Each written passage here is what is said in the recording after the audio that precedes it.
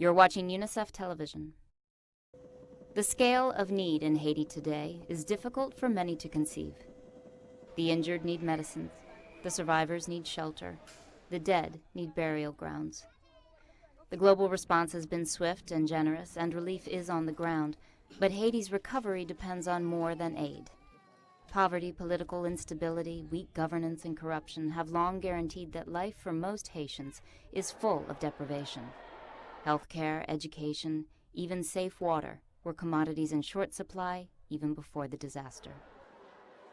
The issue is not an earthquake, it's the intersection, the interaction between the earthquake and the situation of Haiti as a poor country with a very, very limited ability to provide for its children at the best of times and definitely to protect its children at times of duress.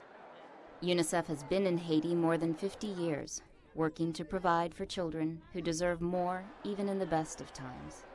The earthquake that killed so many is a double disaster, deepening the development constraints the country already faced and the difficulties of the emergency response, from security to sanitation.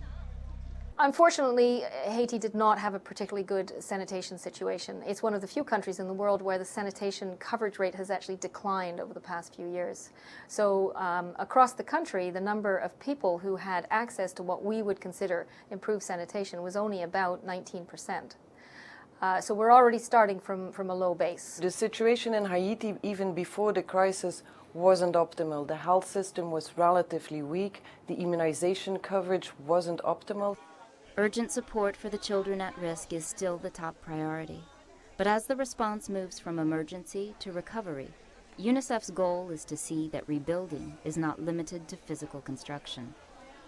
It's not just trying to make sure that there are better roads in place, because we'll rebuild new roads that were better than the old roads, or new buildings that are more robust than the older buildings, or new schools that work better, or new hospitals that work better. It's about fundamentally trying to look at coming to a situation afterwards where Haiti, both its government and its people, have the capacities to look after themselves. Life-saving support and care for these children will be needed for months to come. The greater task of building a better foundation for Haiti's future will take much longer, but it will be worth the effort. This is Elizabeth Keim reporting for UNICEF Television. Unite for Children.